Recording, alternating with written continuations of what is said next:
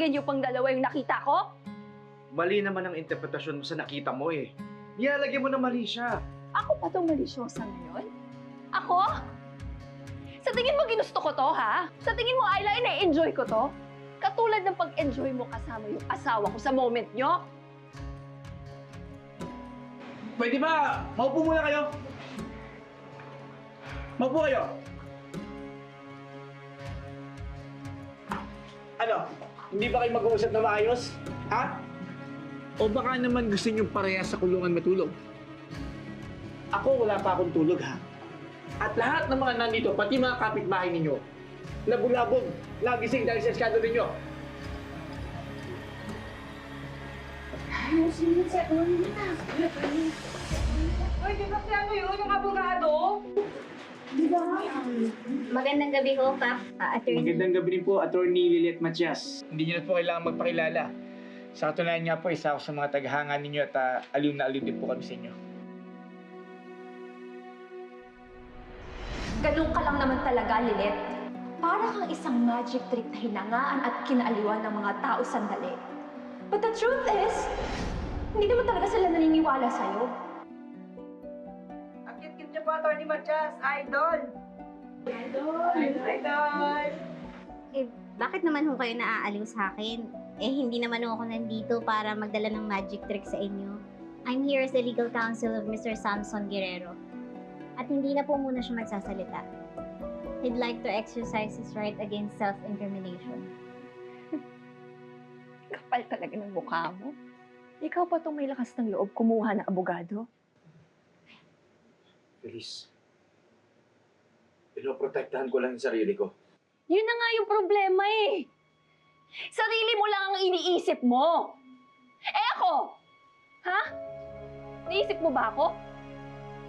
Naisip mo ba yung relasyon natin? Yan ang gusto ko munang tumbukin natin sa ngayon. Hindi ito nangangailangan ng certificate to file action. Pwede na itong dumiretso sa kasong concubinage. O kaya Bausi case. Pero siguro naman, pwede nyo pa rin pag-usapan to, di ba? Alang-alang na sa pinasamahan ninyo. Alang-alang sa pamilya ninyo. Di ba po pwedeng sa loob ng pamamahay nyo nalang ayusin to? Alang-alang sa anak niyo.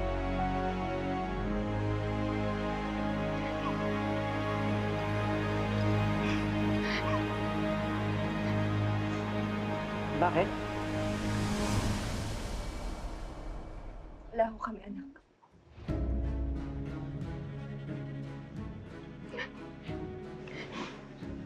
Kaya ho, yun ho ang dahilan kung bakit. Uy, sinabi mo hindi ka naman magsasalita.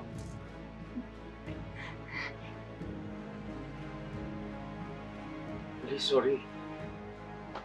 Hindi naman ito dapat nangyayari eh. Hindi, kung hindi lang... Huwag mo nang gamitin yung usapan na yun. Niloko niyo ako ni Ayla. Lumagpas kayo sa pinag-usapan. Ma'am, bakit hindi pwedeng sabihin yung usapan na yun? Oo nga naman. Ano ba yung usapan na yun, ha? Walang kinalaman dun sa usapan natin. Walang kinalaman yun. Talaga? Bakit Ayla, ha? Gagamitin mo ba yun para takasan yung krimen na pakikiapid sa asawa ko?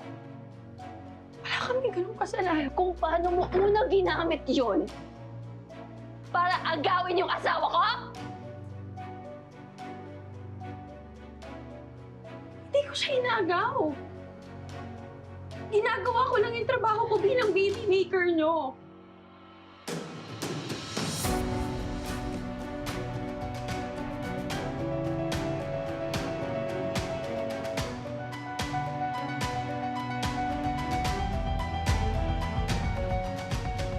Baby maker?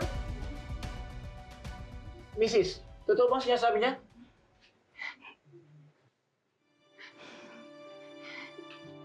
Mrs., sumagot naman kayo. Anong oras na oh? Magpatulog naman kayo. Mrs., uulitin ko ang tanong. Totoo ba na may napag-usapan kayo na gawing baby maker ang babaeng to? Totoo po, Kap. Dahil baog po siya. Ano? Ano sinabi mo? Dahil buog ako? Pwede niyo na akong lokohin?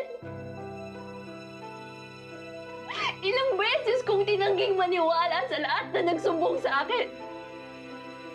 Ako na lang nga atang hindi naniniwala na kaya niyong gawin sa akin to eh. Ayokong maniwala na kayang gawin sa akin to ng asawa ko na mahal ko ng buong buhay at pagkatao ko. Dahil ayokong maniwala na ito pala igaganti sa akin ng isang taong hindi ko na tinuring iba.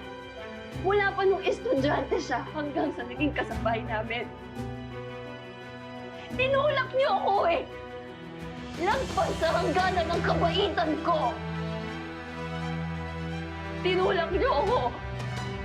Kung di naman po pala kailangan yung certificate to file action na yan, tapusin na natin yung usapan na to. Huwag na huwag kayong magpapakita sa bahay. Sa korte na tayo magkita-kita. Bilis!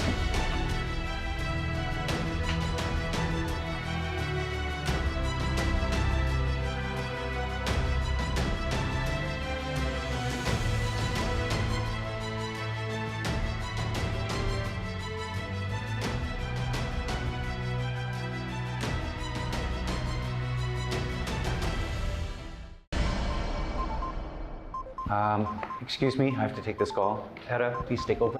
Okay, Tito. You can check if there's other cases that we can file against them. Okay, Tito.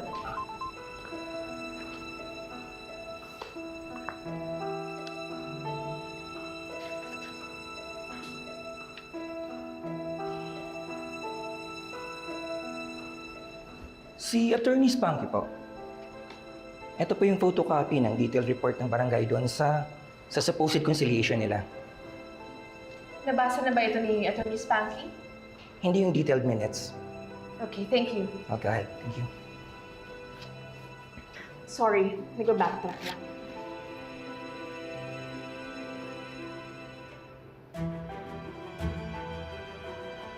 Wait. Sabi rito na sinabi ni na Samson na kaya sila nagtatalik ay kinuha niyo daw siyang baby maker? At hindi mo raw confirm ito. Eh ano naman magiging epekto niyan sa rinireklamo kong concubinage? Kung totoo man yan. Maraming epekto, Feliz! My God! Gagawin nilang dahilan to para hindi sila maging guilty of concubinage. Kasama ba sa paggawa ng bata yung pagsasayaw? Yung paghahalikan? Wala sa usapan yun. So it's true na ginawa niyo siyang baby maker. Attorney, kailangan pa bang malaman yun? Eh ano ngayon? Ginamit pa rin nila yun para magromansa. Para lokohin ako. Attorney, matatalo ba ako pag ganun? Hindi na ba mapaparusahan yung panloloko nila sa akin?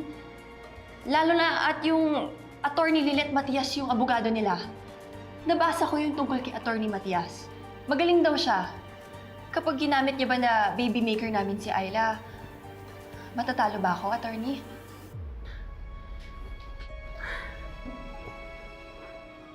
Hindi.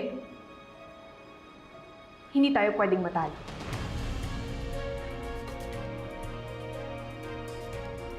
Alam ba ng mga kapitbahay niyo na baby maker niyo si Ayla? Hindi. Kaming tatlo lang. Yung nasabi sa barangay. May hard proof ba kayo na kinuha niyo si Ayla na baby maker?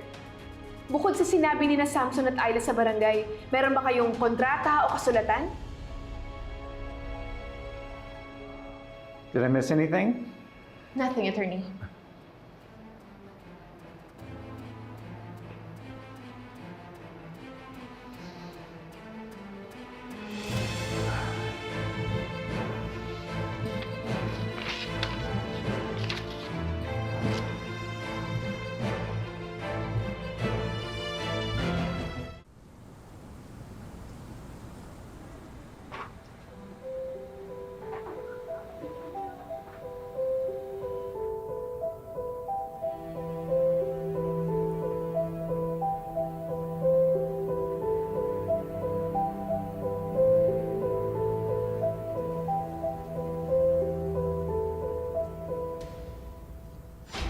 Anong ginagawa niyo dito, ha? Di ba malinaw yung sinabi ko sa'yo, Samson, na hindi ka na pwede umapak sa bahay na to? Pasensya na ho, Mrs. Pero nakasaad po sa Article 75 to 143 of the Family Code of the Philippines na conjugal property nyo itong mag-asawa. Kaya may karapatan po siya sa bahay na to. Nandito kami para sa pinirmahan natin kasunduan tungkol sa pagiging baby maker ni Ayla. Saan mo tinago yun?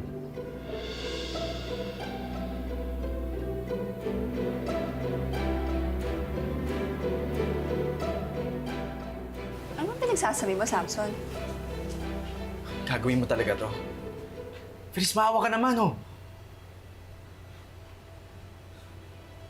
Talaga ho ba? Papanindigan niyo talaga yung amnesia niyo na wala tayong pinirmahan? Nasaan yung kopya ko? Di ba pinakuha niyo sa bahay? Ilabas niyo na, please! Pwede ba? Huwag ka na makisawsaw dito. Nakisawsaw ka na nga sa relasyon namin ni Samson. Tapos ngayon, pagkakaisahan niyo ako?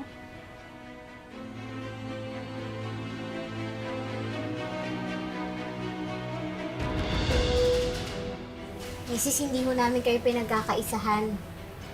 Pero lumaban naman ho kayo ng patas. Ilabas yun ang hinahanap naming dokumento. What is going on here? Attorney, bigla na lang sila sumugod dito. Pinagkakaisahan nila ako. Attorney Matias? Contrary to what your client claims, hindi kami nandito para pagkaisahan siya. Kailangan lang namin hanapin yung dokumentong bigla na lang nawala sa mga kliyente namin. What document are you talking about? Yung agreement na pinirmahan nilang tatlo na magiging baby maker nila si Ayla. Attorney, hindi totoo yung sinasabi. Imbento lang yung sinasabi nila. Kung wala talaga kayong kinakatakutan dahil nagsasabi kayo ng totoo, bakit hindi niyo payagan yung asawa niyong halughugin ng bahay niyo?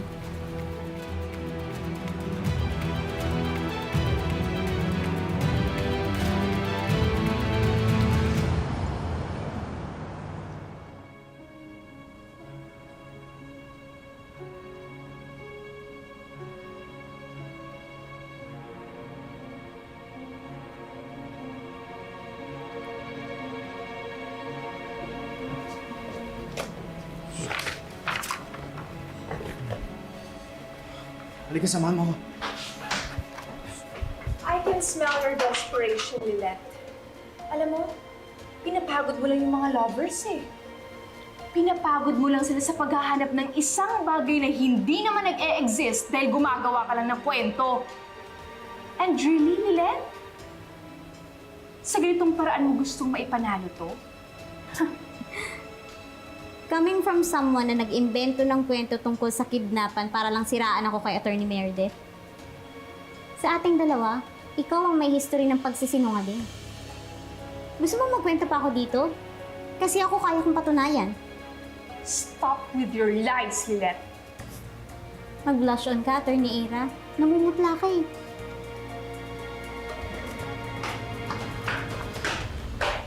Sulit mo na lahat. So, nahanap niyo? Attorney, kahit mabuti yung mga mata nila sa kakahanap, wala silang makikitang papel o kung ano man yun. Oh. So ano pa ginagawa niyo dito, Attorney Matias? Makakaalis na kayo. Dahil oras na ng investigation ko. And see you soon. Attorney Lilette.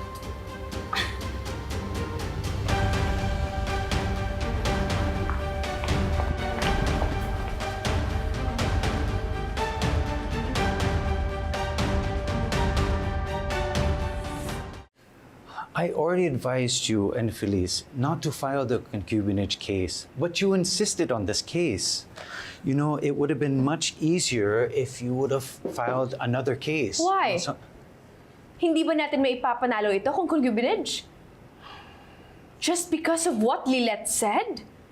At naniniwala ka sa kanya? Why? Even if we don't have evidence proving the baby maker excuse from Samson and her lover, Do you think it is not possible? Baby maker. It sounds so ridiculous. It could be a good defense. Pero based sa testimonies ni Ayla at ng mga neighbors niya, ang lakas ng ground for concubinage. It's just logical that if they hired that woman to be their baby maker, then they can do it at Felice's house or Isla's apartment. Whether it's true or not, wala pa rin silang proof na nag-e-exist yung agreement na yun. At kung nag-e-exist man yun, yung inalaw lang ni Felice is yung gumawa sila ng baby. Hindi yung magkaroon pa sila ng romantic relationship. Good point. But how can we prove that Samson and Isla's relationship is truly sexual and romantic? What is it, attorney? You know, I was just observing Felice before, and from our meetings from before, I just don't know if I can trust everything she says. I'm not saying that there's no truth to it, but what are the lies? That we will find out, attorney.